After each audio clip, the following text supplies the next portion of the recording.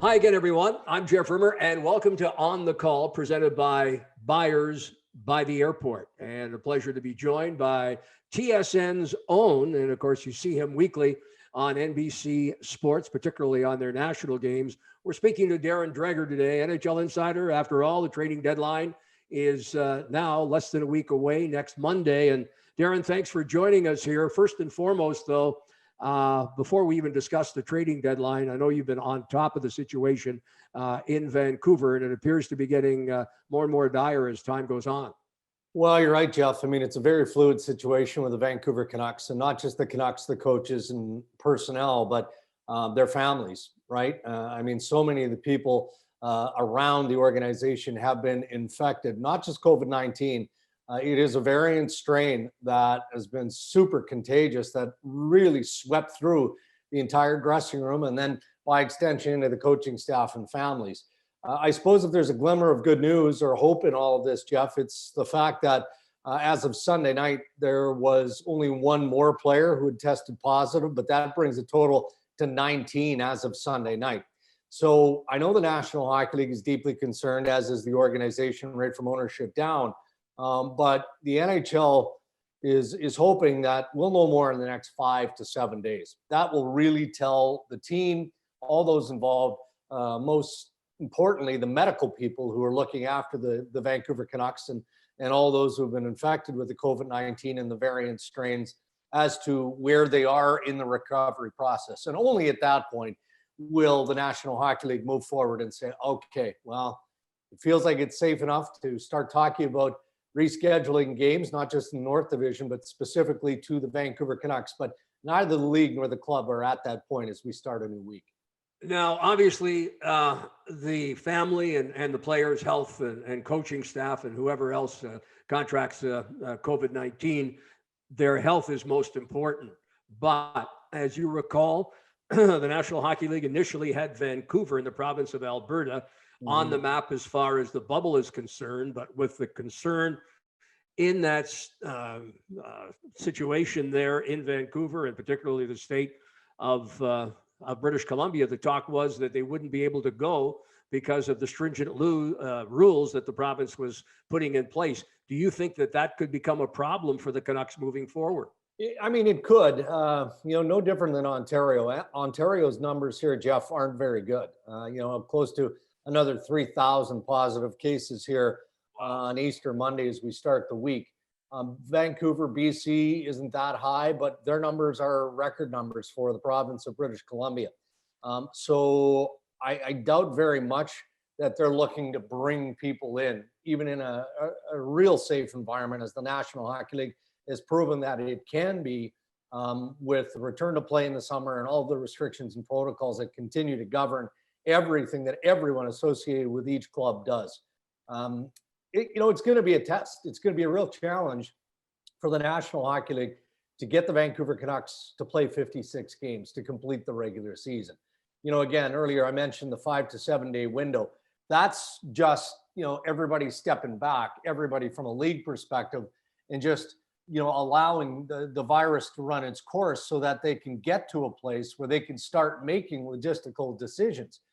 So it feels like a stretch to me that the Vancouver Canucks would be back on the ice inside a 14-day window. That's a pretty big stretch. Now, high-ranking league officials believe that they can still get the Canucks through the 56 games, but then you've got to wonder the impact of all the other amendments that are going to have to be made inside that North Division. So I think priority one is making sure that this doesn't influence the playoff seedings in the division, and that they can get the games played, or as many games as they can play. And then they'll look at the playoffs and everything else that is associated with the North Division, Vancouver included, after that. Do you think there's any chance to go to winning percentage before all is said and done? I think there's a chance of that. I do. And, look, not to belittle what's going on in Vancouver, to be insensitive to what's gone on with the Canucks organization, because we're not. I mean, you still have to look at the bigger picture if you're the National Hockey League. And I'm sure that they've got some dates in mind for games that could be rescheduled. But what if the Vancouver Canucks can't play 56 games? Those games would matter, could matter in playoff seeding for the top four teams in the division. And then furthermore, I look at, the scoring leaders. I mean, Austin Matthews is scheduled to play. There's the Darren Dreger's mascot, Tiny the Great Dane, is barking. Somebody just rang my doorbell, so that's where that's coming from. No problem. But I look at Austin Matthews as an example, right? I mean, he wants to lock down the scoring championship, at least in the division, if not in the National Hockey League. And he's in real good footing right now. But those games against the Vancouver Canucks could be helpful to Austin Matthews. And again, the playoff seeding more important than the individual stuff. But I think points percentage absolutely would be a strong consideration if they can't get games played. Would that happen just in the North Division? Or if they go to winning percentage in the North, would they go to winning percentage perhaps right across the board and then not have those extra games that right now are scheduled after the original date to close the season? Yeah, I feel like, and I don't have an educated answer to this, so I'm speculating. I feel like it would be isolated to the North Division. And the reason I say that is, how many teams in the United States now are welcoming at least a percentage of fans, right? So, right. Regardless of how many games the Canucks can get in, and look, it's still important to everybody in terms of the integrity of the regular season to get those games played. But if the calendar does have an end of the runway to it, right? The regular season calendar. The National Hockey League doesn't want to push the playoffs back a week or 2 weeks. I think they're comfortable with a few days. So now we're looking at probably mid-May when we're talking about the reality of starting the playoffs.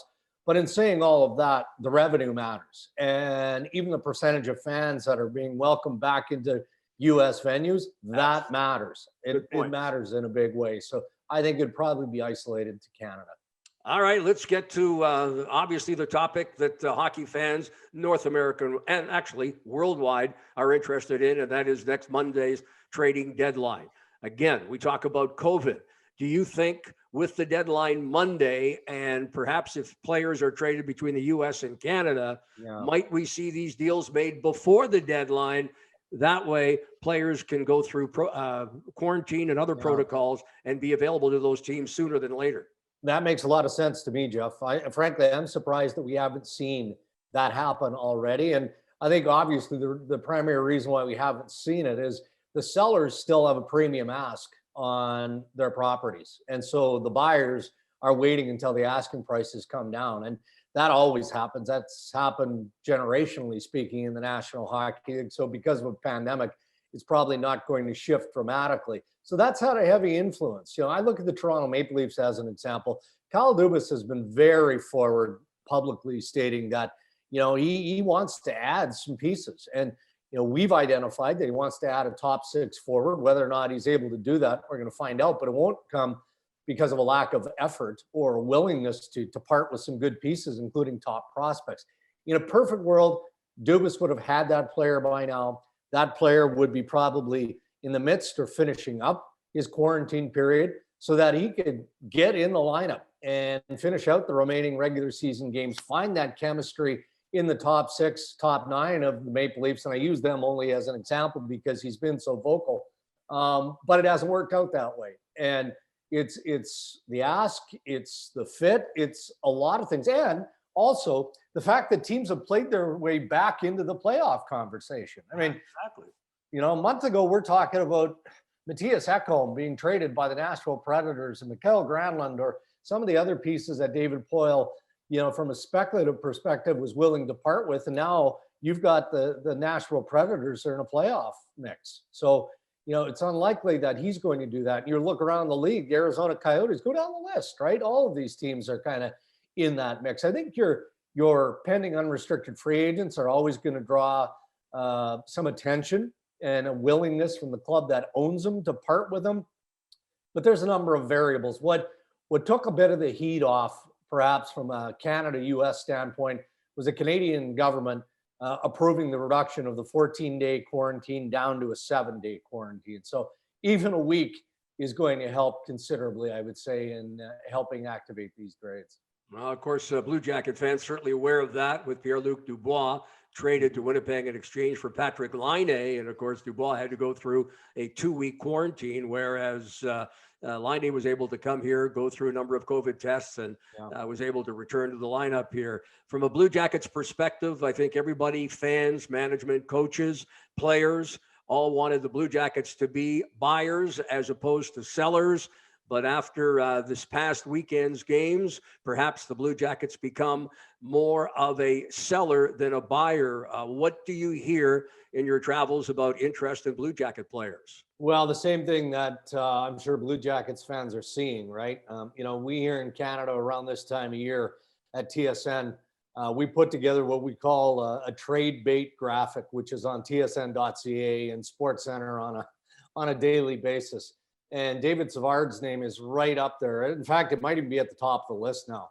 Frank Saravalli does great work and puts a lot of effort and time into putting this list together. Savard's name is high, and because of that, I think that's created a buzz around David Savard. But I feel like he's getting traded. I hate guaranteeing anything because you can look foolish when you do that, and I try and stay away from looking foolish, although it comes naturally.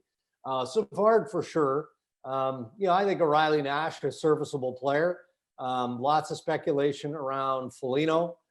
And that has more to do, Jeff, I think, with the teams that are in the market. I mentioned Toronto earlier and what the Maple Leafs might be looking for. You look at Lou Lamoriello and the New York Islanders, and, Kyle Palmieri was sat out for precautionary reasons from Sunday's game with the New Jersey Devils. So that tells you that Tom Fitzgerald is negotiating a trade. Now, that's not to say that he's identified the one team that he's dealing with strictly. He might have three, he might have more teams than that in the mix, but it's gotten to a point in the conversation where he can't risk Kyle Palmieri getting injured. Only one team is getting Kyle Palmieri. Is it the New York Islanders? Could it be the Boston Bruins? Could the Toronto Maple Leafs be in that mix? So then what happens? If I think Lou's doing something, he's got the cap space to do it. He has the need to do it. His team is terrific this season. Why wouldn't he take advantage of all of those factors? So I could see Foligno potentially being a fit there.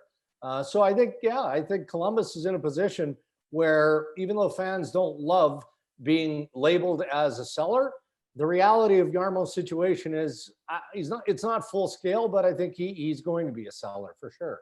Now, do you see a number of trades being made, or again, with so many teams near that salary cap limit, that we might not see what we've normally seen here at trading deadline day, and a number of players being moved on?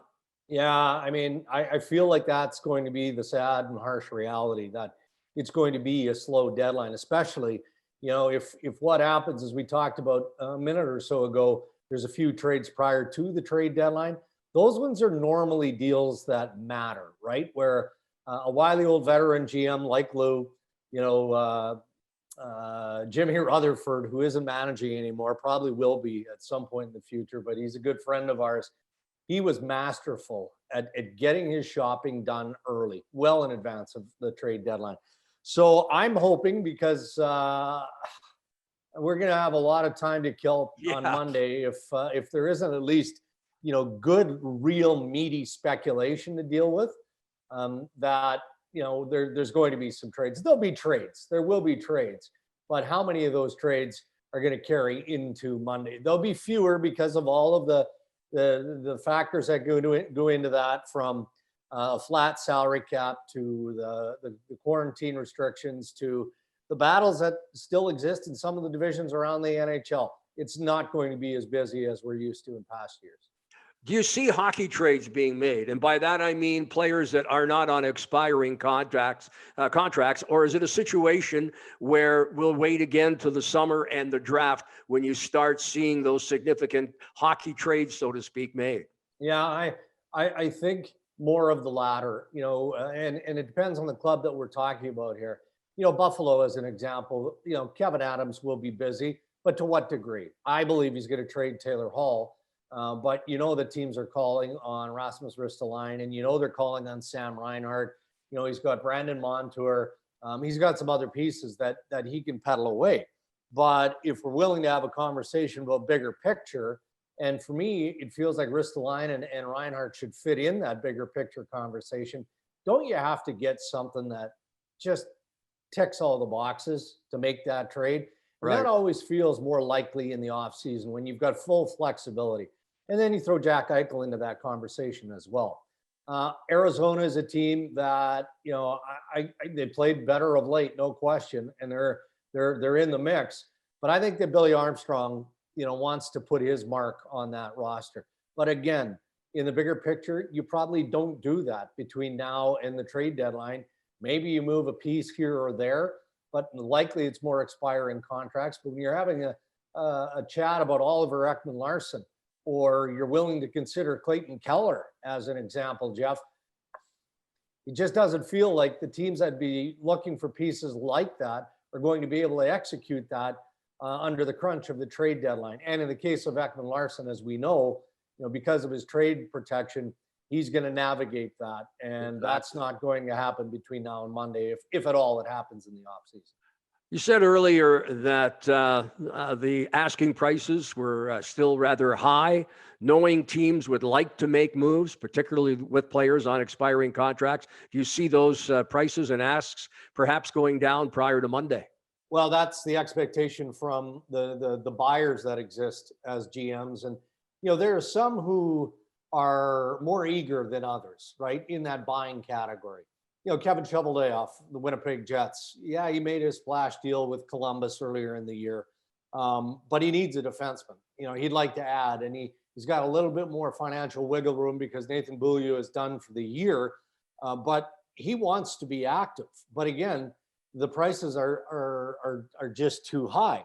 Then I flip over to the Edmonton Oilers, and there's another cap team, and I see Kenny Holland, who, man, he's been down this road so many times, and you know, he just kind of lays in the weeds and says, nah, I'm probably not going to do anything. And then he lands an interesting piece. Like, I look at Luke Glendening with the Detroit Red Wings, and I think that he'd be a good fit for the Edmonton Oilers. But Kenny's not going to start beating the bushes probably until the 10th, maybe the 11th of April, just waiting again for the pressure to rise on the selling general manager so that he can make a deal that makes sense to him. So that's kind of two sides of a buying and a selling situation.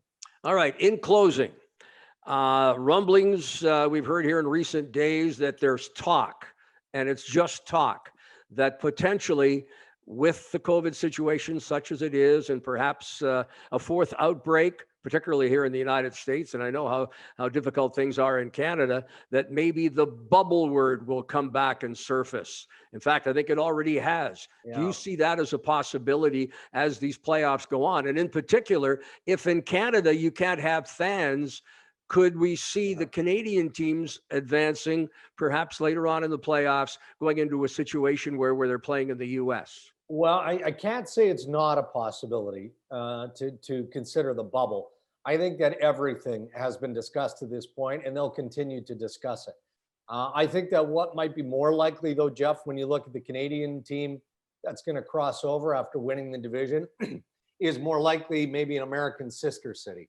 That makes sense to me. And I think that makes sense to a lot of league officials and managers as well. It's all about the revenue. Right? It's all about the revenue. Now, depending on where the numbers are, and you just talked about, you know, the bracing of a fourth wave in the US, and, you know, we're going to go through it in Canada, inevitably speaking. If the numbers continue to climb and it escalates to a point where the NHL feels, look, again, we have to maintain the integrity of the Stanley Cup playoffs.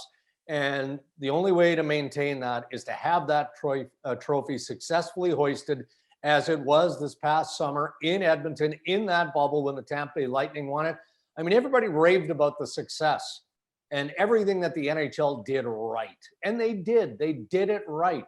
It was great. But it was terrific in incredibly trying circumstances. So knock on wood, here's hoping that from a health perspective, we don't get to a place where the NHL has to go back into that bubble, because if that's the case, then society's speaking, we're in a tough place with COVID-19. And I think that given how the vaccination is way more advanced in the US than it is in Canada, which we no point even talking about because you get my blood boiling on that topic. But because of that, it makes more sense to consider the potential of a sister city, I think, in moving one team. You know, if it's Toronto, Buffalo's not making the playoffs. Maybe the Maple Leafs take over the building in Buffalo, as an example. So I think that might be considered more so than a bubble. Well, I'm hoping for your benefit, and quite frankly, ours as hockey fans, that come Monday, you on that TSN panel and everybody else there don't have to sit there telling stories as opposed to talking and analyzing trades. How many hours of coverage on Monday? Well, we start at 8 in the morning, and I guess it's 8 hours, 8 to 5. But I've got an old trick. I'm going to let you in on a little trick, and you've seen it 1,000 times in watching our coverage. As soon as things start to get slow, and I can tell that the producers are starting to get a little fidgety because there's only so much James Duthie and Jeff O'Neill can do, and Ray Ferraro is the mainstays of that panel, right? So then we can tell as the news breakers that they're anxious to come to us. Bobby Mack and I and Pierre LeBrun are instantly looking at our cell phones and like just phantom texting people to make it appear like we're so busy that we can't do live TV. So you're going to see a lot of that probably from me on Monday. All right. Well, I'm hoping, and I know that hockey fans across North America are hoping as well, that you guys are busy and don't have time even to spend too much time flipping your phones around. Thanks for this. Appreciate it. You bet. Thanks for having me, Jeff. Always a pleasure visiting with you. All right. That's great. That's Darren Dreger of TSN and NBC Sports. And this is On the Call with Jeff Rimmer. Thanks for joining us. It's presented by Byers Imports.